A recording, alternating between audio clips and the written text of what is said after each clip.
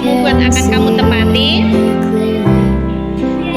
Ya, setuju kan dengan keyakinan kelas yang kamu buat? Oke, terima kasih. Semoga kamu mampu menjalankan keyakinan kelas yang kamu laksanakan.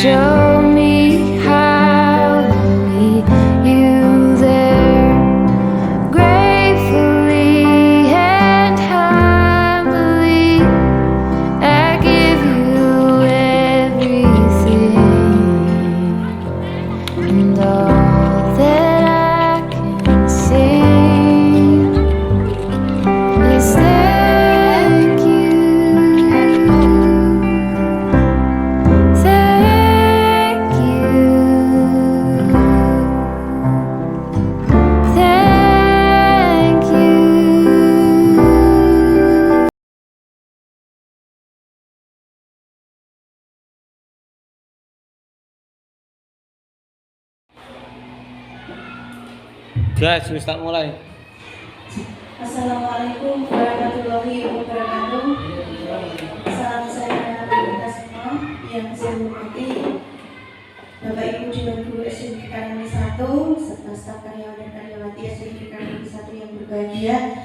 Karena di sini kita akan belajar bersama berbagai praktik baik. Dan saya mohon maaf mengganggu istirahat Bapak Ibu semua. Namun sebelumnya di sini saya akan menyampaikan beberapa hal yang sekiranya nanti kita akan belajar bersama untuk kita jadikan sebagai acuan ataupun sebagai hal yang akan kita lakukan dalam hal kita mengajar anak-anak kita bahwa kita di sini adalah sebagai guru yang seyogianya membimbing anak-anak kita sesuai dengan kodrat mereka sehingga kita tetap akan berpusat pada anak, kemudian kita hanya sebagai penuntut dan juga pembimbing mereka sehingga kelak nantinya mereka akan menjadi anak-anak yang mencapai kebahagiaan dan keselamatan yang setinggi-tingginya, baik itu sebagai kodrat maupun sebagai anggota masyarakat yang ada di lingkungannya masing-masing. Bapak Ibu Guru, izinkan di sini saya ingin menyampaikan diseminasi materi modul 1.4 tentang konsep-konsep inti budaya positif dan penerapannya oleh saya sendiri, Surini SPD, Sekti Berkatan 9, SDN Karangani 1 Lombok, Kabupaten Gunung Kidul. Kemudian yang pertama, selamat datang Bapak Ibu SDN Karangani 1 Lombok yang hebat. Mari kita belajar bersama berkolaborasi menciptakan budaya positif yang ada di sekolah yang kita cintai ini dan nantinya akan berdampak pada anak-anak didik kita menuju kebaikan yang akan datang. Latar belakang dari tugas ini adalah saya sebagai seorang guru diibaratkan sebagai seorang petani yang memiliki peranan penting untuk menjadikan tanaman yang tumbuh subur seperti filosofi dari Ki Hajar Dewantara bahwa di sini kita akan membentuk anak didik kita sesuai dengan kodratnya. Jika mereka jagung maka jadikan mereka jagung dan jika mereka padi maka menjadikan mereka padi. Tidak mungkin seorang anak dengan karakter jagung akan kita jadikan padi. Namun di satu sisi itu kita hanya sebagai penuntut, tidak berhak untuk membentuk mereka karena mereka dari Allah Subhanahu Wa Taala sudah diberikan karakter ataupun kodrat sesuai dengan jiwa mereka masing-masing. Berikutnya, apa tanggung jawab sebagai seorang guru? Apa tanggung jawab kita sebagai seorang guru? Tanggung jawab seorang guru adalah bagaimana menciptakan suatu lingkungan yang positif yang terdiri dari warga sekolah yang saling mendukung, saling belajar, saling bekerja sama sehingga tercipta kebiasaan-kebiasaan baik. Dari kebiasaan-kebiasaan baik itu akan terwujud sebuah karakter-karakter yang baik dan karakter-karakter yang baik itu akan mewujudkan pembiasaan-pembiasaan yang baik pula serta membentuk yang dinamakan sebuah budaya positif. Budaya positif adalah nilai-nilai atau keyakinan-keyakinan dan kebiasaan-kebiasaan di sekolah yang berpihak pada siswa agar siswa dapat tumbuh dan berkembang menjadi pribadi yang bertanggung jawab, kritis dan penuh hormat. Ini sesuai dengan karakter P5 Bapak Ibu, sehingga di sini sudah tercakup semua filosofinya sudah tercakup, kemudian nilai-nilai dari seorang guru sudah tercakup, kemudian keyakinan kelas. Saya percaya keyakinan kelas yang ada di kelas 2 dengan keyakinan yang ada di kelas 5, yang ada di kelas 6, bahkan di kelas 3, kelas 2 berbeda dengan sesuai dengan tingkatan masing-masing. Di sini nanti ada beberapa hal dari modul 1.4 itu mencakup ada nilai utama budaya positif, disiplin positif, nilai-nilai kebajikan, motivasi perilaku manusia, kebutuhan dasar manusia ini yang paling utama yang harus kita ciptakan, posisi kontrol restitusi yang sekarang sedang marak dengan perundungan dan juga bullying, keyakinan sekolah atau keyakinan kelas yang harus kita taati dan kita laksanakan. Kemudian yang berikutnya adalah segitiga restitusi, bagaimana kita menghadapi suatu persoalan atau permasalahan yang ada di sekolah maupun yang ada di kelas kita masing-masing, karena saya percaya tidak ada sebuah kemajuan tanpa ada persoalan, dan penyelesaian masalah itu adalah sebuah dari pencapaian yang kita banggakan apabila kita bisa menyelesaikan sebuah masalah. Dan yang terakhir adalah pengalaman pembelajaran di kelas setelah kita menerapkan konsep-konsep dari modul tersebut. Bapak Ibu, apa kalau itu budaya positif? Nah, disiplin berasal dari kata disiplin, sesuatu yang dilakukan pada orang lain untuk mendapatkan kebutuhan kita. Kita cenderung mengungkapkan kata disiplin. Saya masih teringat beberapa tahun yang lalu ada sebuah slogan di depan sekolah itu, disiplin dimulai dari keterpaksaan. Jadi apabila kita datang terlambat, itu sepeda motornya ditaruh di luar, orangnya masuk ke dalam. Sampai 1, 2, 3, 4, 5 kali, akhirnya kita lama-lama malu. Nah, disitulah letak dari sebuah keterpaksaan itu akan memulai dari sebuah kedisiplinan. Tanpa seperti itu kita mungkin tidak akan berubah, Bapak Ibu. Gimana? Nek misalnya kita malu, kemudian dilihat oleh banyak orang, kok ini sepedanya kok ini juga, terus berarti ini terlambat, terus berarti kita akan mengubah pola dari keterlambatan menjadi tidak terlambat. Tanpa seperti itu kita tidak akan berubah. Jadi mungkin kata disiplin itu bisa dimulai dari sebuah keterpaksaan yang harus kita lakukan, sehingga akan menimbulkan kenyamanan. Terus kemudian berikutnya, disiplin positif merupakan cara menerapkan disiplin tanpa kekerasan dan ancaman. Ya tadi, misalnya orang tidak kita terlambat ditaruh di luar, itu tidak sebuah ancaman, itu hanya sebuah restitusi yang harus kita, konsekuensi yang harus kita jalani. Kemudian berikutnya yang nantinya diharapkan nantinya peserta didik dapat melakukan hal-hal positif baik di lingkungan sekolah maupun di lingkungan keluarga dengan penuh kesadaran tanpa adanya paksaan. Dan disiplin positif harus dilaksanakan dan ditanamkan sejak dini mungkin. Misalnya sholat 5 waktu, anak usia 1-5 tahun mungkin belum, tapi setelah mereka balik dan dewasa mungkin kita seharusnya untuk mendisiplinkan hal itu. Jadi mungkin 1-2 kali anak akan memberontak, 1-2-3 kali mungkin anak tidak akan menolak, tapi setelah hal itu kita budayakan, kita berikan penjelasan secara terus-menerus, kemudian akhirnya akan menjadi sebuah budaya. Dan nanti kelak apabila mereka sudah dewasa, tanpa pengawasan dari orang tua, tanpa pengawasan dari orang-orang di sekelilingnya, dia akan tumbuh kesadarannya untuk melaksanakan sholat tersebut. Jadi dimanapun dia berada, kalau belum melaksanakan berarti kayaknya kurang pas atau kurang afdol gitu. Kok ada yang kurang ya dalam hidup saya, misalnya oh berarti aku kurang sholat zuhur, misalnya belum sholat asar atau apa, kok misalnya seperti itu. Jadi dia timbul rasa gelisah dalam dirinya karena tidak melaksanakan sesuatu hal. Nah, yang kita harapkan untuk anak didik kita di SD Negeri Karanganyar 1 pun juga seperti itu. Budaya positif yang kita lakukan, yang sudah kita lakukan dan berjalan saat ini, marilah kita kembangkan bersama atau mungkin kita pertahankan, bahkan kita tingkatkan lebih baik lagi. Kemudian berikutnya Bapak Ibu, ini kebutuhan dasar manusia. Ada 5 hal yang menjadi kebutuhan dasar manusia, termasuk kita sebagai seorang guru, kita memerlukan hal ini. Yang pertama adalah bertahan hidup, yang kedua adalah kasih sayang, ketiga penguasaan, keempat kebebasan, dan yang kelima adalah kesenangan. Ini harus ada, harus kita ciptakan dalam sebuah lingkungan sekolah, baik itu di dalam keluarga, di dalam lingkungan masyarakat, dan yang utama dalam lingkungan sekolah. Maka hal-hal ini harus kita ciptakan, sebab jika salah satu dari 5 kebutuhan dasar ini tidak ada, maka akan timbul ketimpangan ataupun sesuatu yang tidak nyaman. Misalnya kebebasan, kita tidak diberikan kebebasan. Misalnya saat sholat zuhur kita tidak diberi kebebasan untuk melaksanakan ibadah. Nah, itu kan suatu kekurangan nyamanan, tidak akan seimbang. Terus yang berikutnya kesenangan. Kesenangan adalah kebutuhan untuk mencari kemanusiaan. Kita seyogianya dalam mengajar, dalam bersosialisasi, dalam berkolaborasi, kesenangan itu pastinya ada. Tapi kalau tidak kita ciptakan, misalnya pada saat seperti ini kita ada yang saling istilahnya saling mengejek atau dan sebagainya, tidak akan ada kenyamanan dalam sebuah organisasi ataupun dalam sebuah kita bekerja tim dalam sekolah kita. Berikutnya, motivasi perilaku manusia.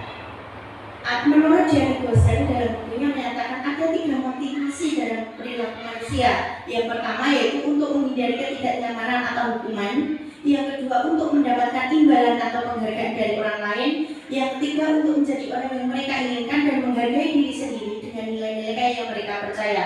Ini sebagai contoh adalah apabila ada seorang anak yang melakukan kesalahan, maka ketidaknyamanannya mereka akan berpikir, saya nanti mesti akan dihukum. Dan image-nya akan seperti itu. Nah, ini adalah motivasi yang timbul dalam diri kita. Misalnya saya melanggar undang-undang lalu lintas, misalnya, pastinya saya akan mendapatkan hukuman dengan cara diberi kartu tilang ataupun mungkin ditilang seperti itu. Kemudian penghargaan untuk mendapatkan imbalan atau penghargaan dari orang lain. Kalau saya mampu mendapatkan itu, saya juara 1, mestinya akan ada imbalan, akan ada hadiah, akan ada piala. Kemudian berikutnya untuk menjadi orang yang mereka inginkan dan menghargai diri sendiri. Nah, itu adalah contohnya apabila kita mendapatkan suatu penghargaan atau kita mencapai puncak kepuasan yang kita dapatkan adalah kepuasan pribadi diri kita masing-masing.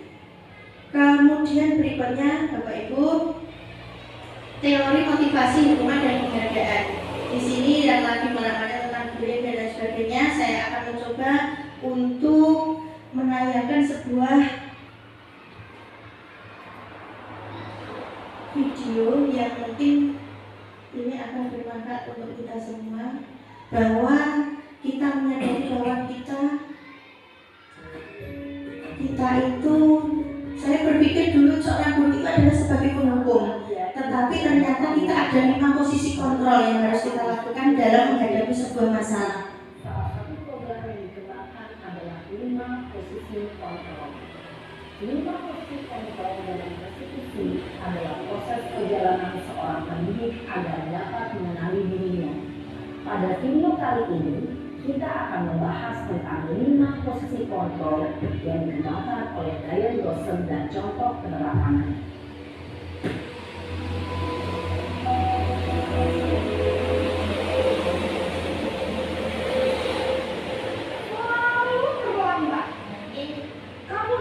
Si penghukum, kita sebagai seorang guru, sebagai penghukum.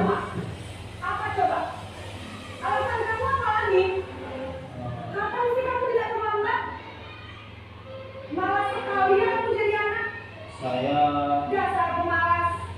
Gak kapok-kapok sih kamu. Sudah berapa kali terlambat?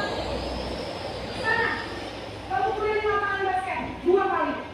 Nah, ini harus kita hindari Bapak Ibu, posisi guru sebagai penghukum, karena hukuman fisik tidak boleh kita lakukan untuk anak-anak didik kita. Sudah terlambat, masih berani jawab pula. Sekarang, keliling lapangan basket 5 kali sekalian, biar kapok. Cepat, pergi sana ke lapangan basket.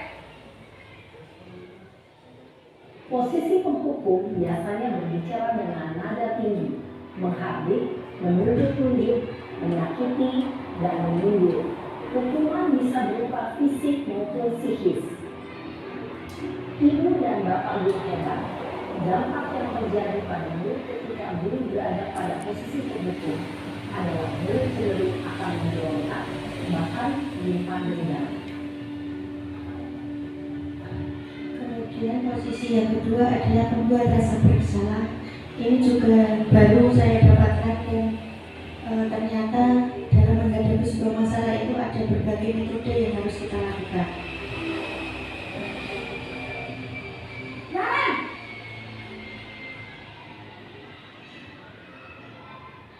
selamat pagi Bu.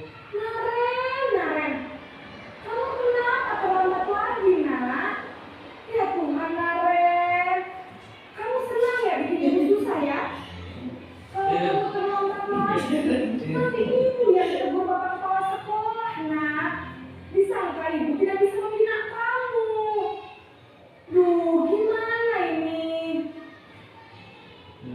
Maaf Bu. Duh Gusti Naren.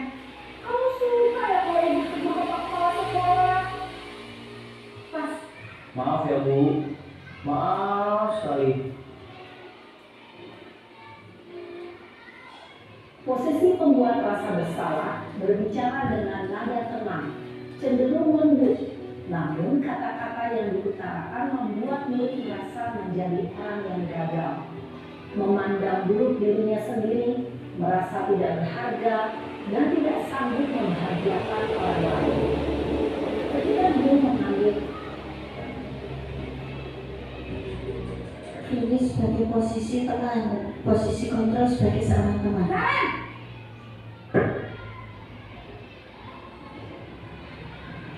Selamat pagi Bu. wah, sudah jam berapa ini nak? Selamat pagi ya sayang. Iya Bu. Habis ibu saya lupa bangunkan saya Bu. Kamu malah menyalahkan ibu kamu. Kamu bukannya anak yang paling kencang. Kok terlambat sih? Iya Bu. Saya memang terlambat bangun tadi. Jadi biarpun saya lari kencang, tetap gak kesenjar Bu. Ya sudah sana. Nanti lain kali larinya lebih kencang lagi ya. Biar gak terlambat lagi. Bikin seneng ibu. Demi ibu. Bisa kan? Bisa Bu. Ya sudah sana ke sekolah. Ibu beresin urusan absen kamu. Nanti ada tes saja.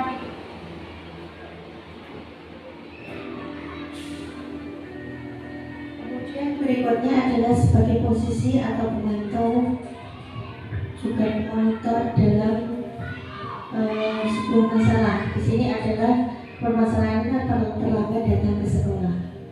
Naren!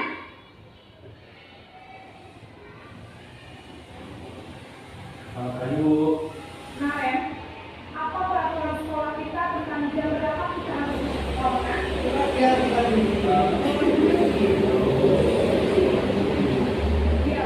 Sekarang sudah jam 7.30. Naren sudah tahu konsekuensinya jika terlambat aja. Paham Bu. Saya harus tinggal kelas pas jam istirahat selama 20 menit. Ya benar, konsekuensinya demikian. Jadi Ini ada hubungannya dengan keyakinan kelas dari masing-masing keyakinan yang kita buat untuk nantinya ya. Baik Bu. kita membuat keyakinan kelas masing-masing. Posisi pemantau mengandalkan penghitungan. Naren!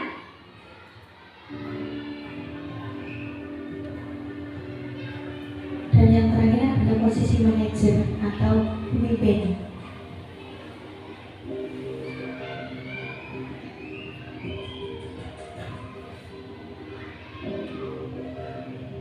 Naren!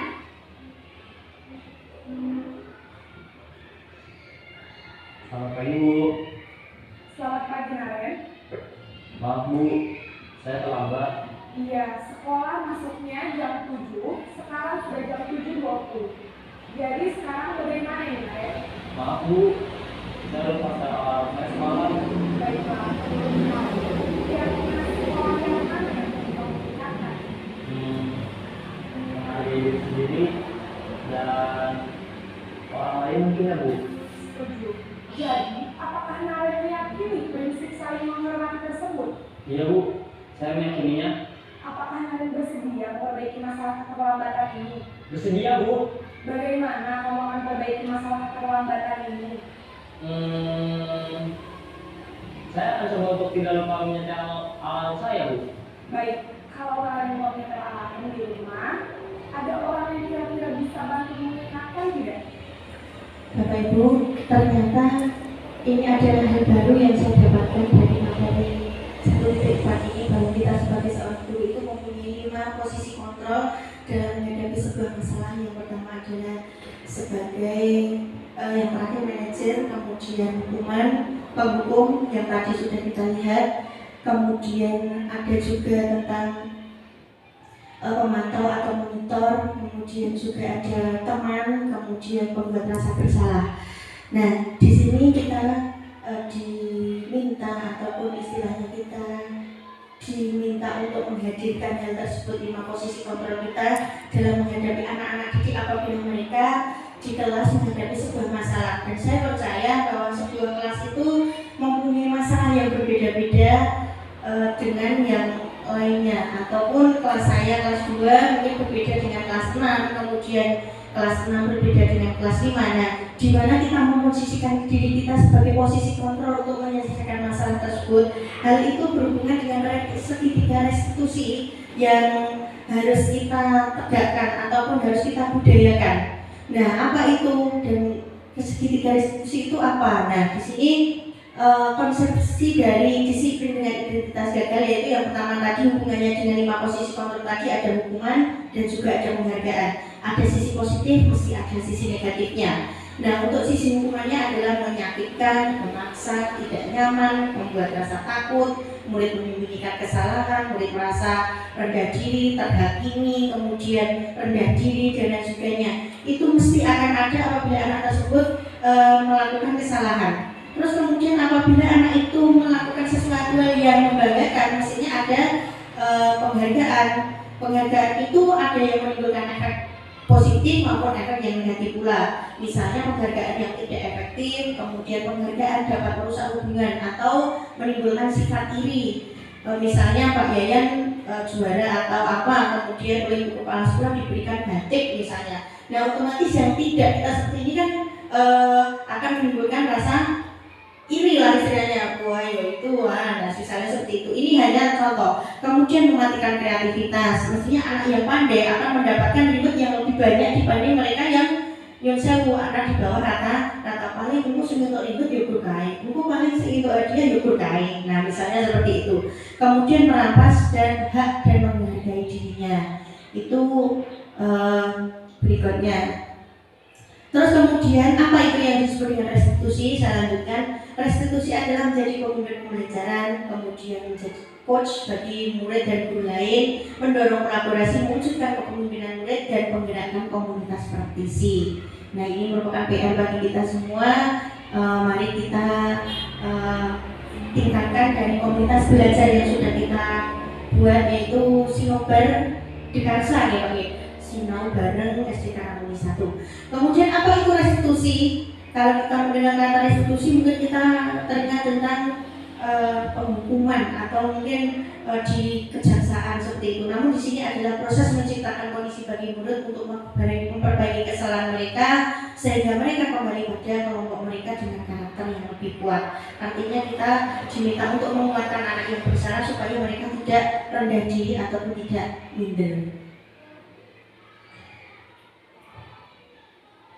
Berikutnya, ciri-ciri pendekatan restitusi itu bukan untuk menebus kesalahan, tawaran bukan merupakan paksaan, menuntun anak untuk melihat ke dalam diri, mencari kebutuhan dasar dan mendasari tindakan, fokus pada karakter dan bukan pada tindakan, fokus pada solusi dan restitusi memperbaiki hubungan.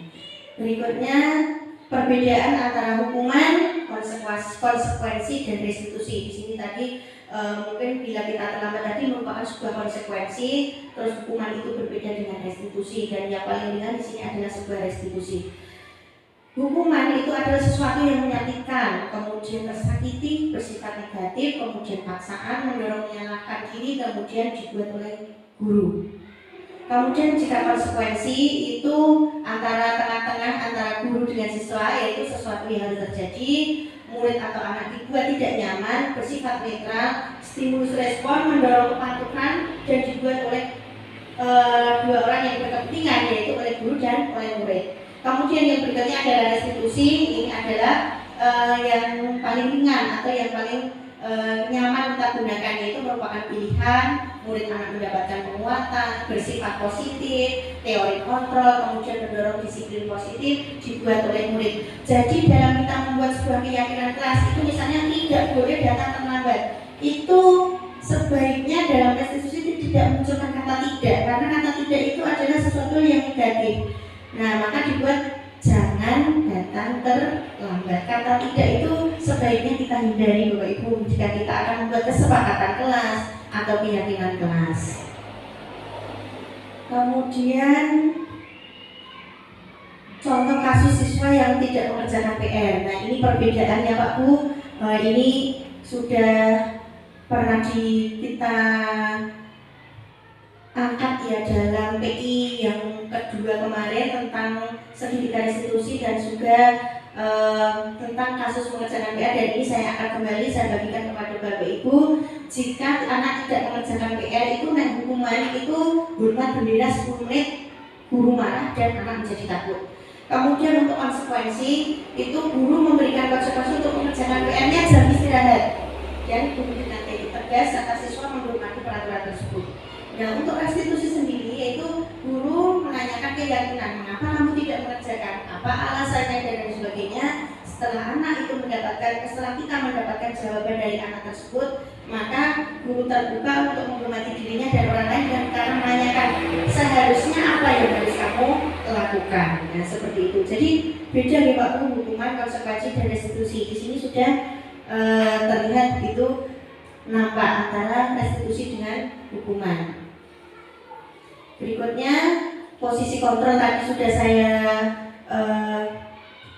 perlihatkan melalui video. Kemudian nah ini tadi sudah dijelaskan melalui video juga bahwa bagaimana guru sebagai pemantau, sebagai teman, membuat rasa bersalah, kemudian memberi hukuman serta manajer. Dan yang terakhir yaitu keyakinan kelas, yaitu di mana dalam sebuah kelas itu kita membuat kesepakatan atau keyakinan dengan proporsi yang berbeda-beda. Misalnya untuk kelas bawah dengan kelas atas kesepakatannya berbeda atau keyakinannya berbeda. Keyakinan itu bersama dengan kesepakatan kelas Pak Bu. Jadi misalnya anak tidak piket, terus kemudian anak tidak mengerjakan tugas, itu konsekuensinya misalnya kelas 1 tidak mengerjakan PR, itu tidak mungkin untuk membuang sampah dari kelas 1 sampai kelas 6. Tapi kalau kelas 6 tidak mengerjakan PR, ada tugas atau konsekuensi yang sekiranya yaitu membuang sampah dari kelas 1 sampai dengan kelas 6. Nah, itu contoh keyakinan kelas yang diterapkan di masing-masing kelas dan seyogianya anak-anak itu paham. Kemudian yang berikutnya adalah segitiga restitusi Pak Bu. Ini juga baru menurut saya. Yang pertama adalah validasi tindakan yang salah. Kemudian yang kedua adalah menanyakan keyakinan. Yang ketiga adalah menstabilkan identitas. Misalnya saya pribadi, contohnya hari Senin saya terlambat datang ke sekolah pada saat jam kegiatan upacara. Maka validasi tindakan yang dilakukan yang salah apa? Kenapa kamu datang terlambat, ditanya dan lain sebagainya. Kemudian menanyakan keyakinan alasannya apa.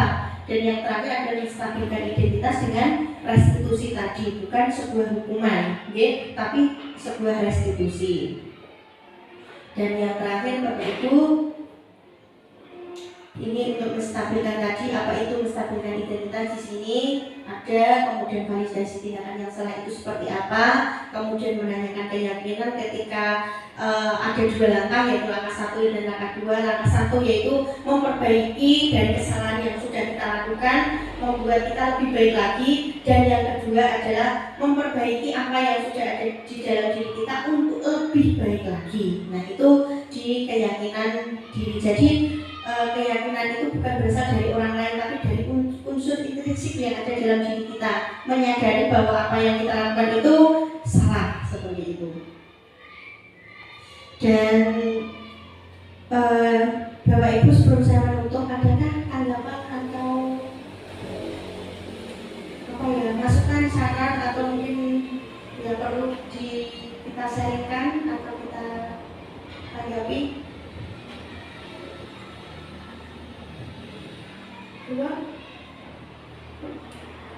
Sudah cukup, ya. Bapak Ibu, terima kasih untuk waktu yang sudah diberikan saya.